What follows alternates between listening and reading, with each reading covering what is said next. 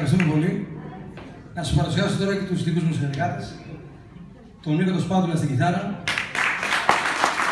ο οποίος υπήρξε και μαθητής μου, και ο Νίκος ο Τσαξίδης στο κοντραμπάσο. Σας ευχαριστούμε πάρα πολύ. Θα σας παίξουμε κάποια ορχιστρικά. Αυτό, όπως καταλάβατε, ήταν ένα θέμα από τον Godfather, από τον Ανώ, δηλαδή την ταινία.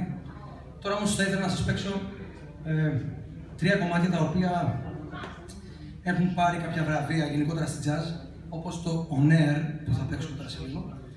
Και ειδικά σε αυτό το κομμάτι στο On Air υπήρχε μέσα μια πολύ σπουδαία συμμετοχή ενός σπουδαίου κρουστού, του Bobby Ortiz, ένας πάρα πολύ γνωστός μουσικός ανά την Ιφίλιο, και μου έκανε την τιμή να συμμετέχει σε αυτό το κομμάτι.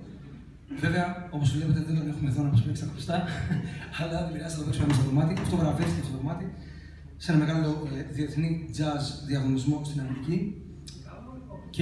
Και τα υπόλοιπα ορχιστρικά που θα σας παίξουμε υπάρχουν κάποια από αυτά και στα CD που θα βρείτε απ' έξω.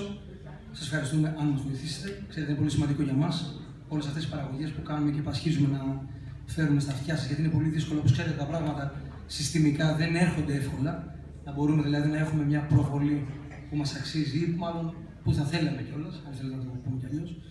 Αλλά νομίζω ότι εγώ προσωπικά με 7 παγκόσμια βραβεία και όλα αυτά τα πράγματα τώρα είναι λίγο άσχημο, ξέρω εγώ, να παρακαλάω κάποιον να με δείξει κάπου να παίξει το κομμάτι μου. Οπότε η μόνιμη επικοινωνία με το κοινό, δηλαδή με εσάς που μας στηρίζετε, γιατί χωρίς εσάς δεν θα ήμασταν τίποτα, εντελώς τίποτα, είναι από τα CD μας να ακούσετε τι συμβαίνει γενικά στη μουσική το 2018, ξέχωρα από όλα τα υπόλοιπα άλλα κομμάτια τα οποία σας έρχονται κατά φόρτο, όπως λέμε, στα αυτιά και στα μάτια.